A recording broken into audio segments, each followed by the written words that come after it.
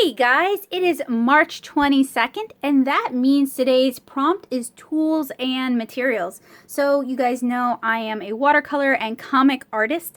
I am not going to show every single thing I use in my making process just because I use a lot of different things and it really depends on what I want the end result to be. But I did want to show you some of my favorite and most used tools. So we got them kind of all assembled here. I'll just work my way to the back. So one of the most common tools I use are brush pens, particularly waterproof and alcohol marker based brush pens. So we have here one of my favorites, the Sakura Pigma FB. I use this thing all the time. My students use it. It's waterproof and it's alcohol marker proof. It has great control and you can find them just about anywhere. So I highly recommend you try these out. I also really like the Pentel pigment brush pens. I don't actually know if they're alcohol marker proof. That would be something to figure out and share with you guys. I do like how they come in an extra fine as well as a medium, and then they come in a large tip as well. And these are their pigment based brush pens. You can tell because the bodies are gray. They are refillable, but basically refillable just means like you put a new cartridge on the back. I also really like colored lead. So I have here blue color Eno lead. This is what I usually use for underdrawing for my comic pages. And then pink color Eno lead, which is what I usually use for my lineless alcohol marker or my lineless watercolor art. I also have just a regular Pentel Icy mechanical pencil. This is kind of my daily driver mechanical pencil. I like plastic bodied mechanical pencils with soft cushy grips because I developed early onset arthritis using one of those big heavy metal drafting pencils. You know, holding it for 12 hours a day during grad school would give anybody arthritis. So I came to appreciate, or I came to value that this pencil's going to break way before my hand's going to break, right? So over on YouTube, I've been reviewing a few more comfortable mechanical pencils since I realized, since this is a problem for me, I figured this is probably a problem for lots of other artists. I also have a couple of erasers because we all make mistakes and I make a lot of them. So this is a kind of dirty white Creative Mark white strokes. You can get these from Jerry's Artorama. I like them because they're a very soft white vinyl eraser. And then here is a Pentel Click Erase. It's just kind of like a knock type eraser. These have been in the US forever. I really like these. You can get them just about anywhere, including Walmart, and they're very handy for erasing small areas. They use the same white vinyl that the Pentel high polymer white vinyl erasers are made from. So these are good too if you can't find the white stroke. And of course, if you erase a lot, you're going to get a lot of eraser dust. So I have here a drafting brush. I've had the same drafting brush forever, and it's one of those art supplies that I would really recommend anybody consider picking up if you make any kind of art or sketching at all. If you are really prone to smearing the graphite on your paper, these can be great. I also use it to remove excess brusho, to clean off my desk, to clean off paper. It gets a lot of use. All right, so next, we're going to kind of move into watercolor stuff. So, I'll move these over to the side for a second. I talk about my daily driver watercolor palette in my watercolor tutorials a lot. And it's just kind of a simple black metal palette. I got it from Amazon years ago. It's honestly time to replace it because it's pretty damaged. And I think it's supposed to hold like 48 pans. I've got it filled to capacity. And it's just filled with watercolors from every brand I like. So over the past few years, I've reviewed a lot of watercolor brands, trying to figure out which ones are best for me and which ones are best for my art.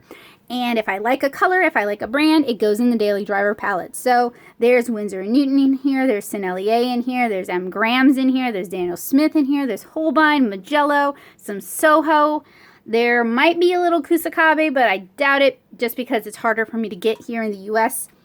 There's all sorts of different brands in here, and I think all of these at this point have been filled from a tube, allowed to dry, and then I paint with that rather than buying pre-filled half pans. Winsor & Newton makes a deal about how their half pans are designed to be reworkable. I actually put that to the test, comparing it to Winsor & Newton dried out in half pans from tubes. I didn't really find a remarkable difference, so that really didn't sway me into just using half pans. So when I'm painting Cara pages, I use Canson Montval watercolor paper, which I don't have on the table. But when I'm painting standalone illustrations, I use a lot of Arches, I use a lot of Stonehenge Aqua, I use a lot of Canson Montval. So here is a small Arches pad. This is not necessarily my most used pad, although I really do like this pad. A friend gave it to me as a birthday present a couple of years ago. But just to like represent Arches watercolor paper. And generally, even if I'm working on block bound paper, I'll cut it and remove it. And then I'll attach it to white coroplast. This is like political signboard. So now is the season to go out and get you some. And it's just been cut down to a smaller size. So it's corrugated plastic. I've had the same basic stretcher boards for like 8 years now. So it lasts a really long time. To affix it to my white coroplast, I use 3M low-tack blue painter's tape. I like this. I find this preferable to like watercolor tape or illustrator tape or even masking tape because it's less likely to tear the paper. And when I'm stretching my watercolors, I have come to fall in love with large Hake brushes. These are very inexpensive, fairly soft, natural fibers. You can get them in much larger sizes as well. And then of course, I need something to kind of clamp it down while it's drying. So I like to use size 4 bulldog clips and large binder clips for my watercolors. Of course, I don't just draw and paint, although I do a lot of drawing and painting. I also do a lot of practicing. So this is a new sketchbook. There's not a lot in this sketchbook. I started on the 9th, and I'm recording this on the 12th, so haven't had a chance really to put a lot in this, but I really like the Blick Studio sketchbooks. These are top spiral bound, which I love, available in 9x12, which I love. They have heavier paper, so it's like 60-pound paper rather than the lighter weight paper, so it's really more like a drawing paper. And other than watercolor, I love everything I've thrown at this paper. I frequently use alcohol markers on this paper. But what I use the most would just be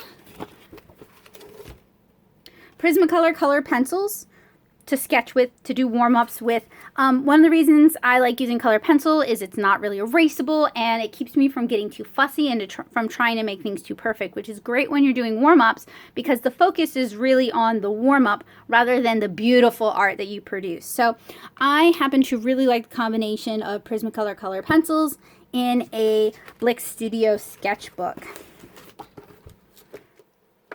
And then I also do a lot of teaching, a lot of art teaching, and I'm freelance, which means I could be anywhere at any time.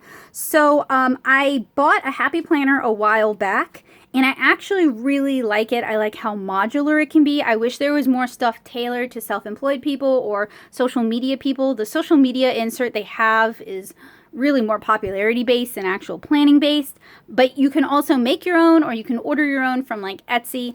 So mine has kind of a lot going on, and I'm going to talk about this more in planning, but this is such an important tool for my art life, and it's such an important tool for me as somebody who has ADHD and has a lot of different irons in the fire. I'm always working on different projects. I'm always at different places.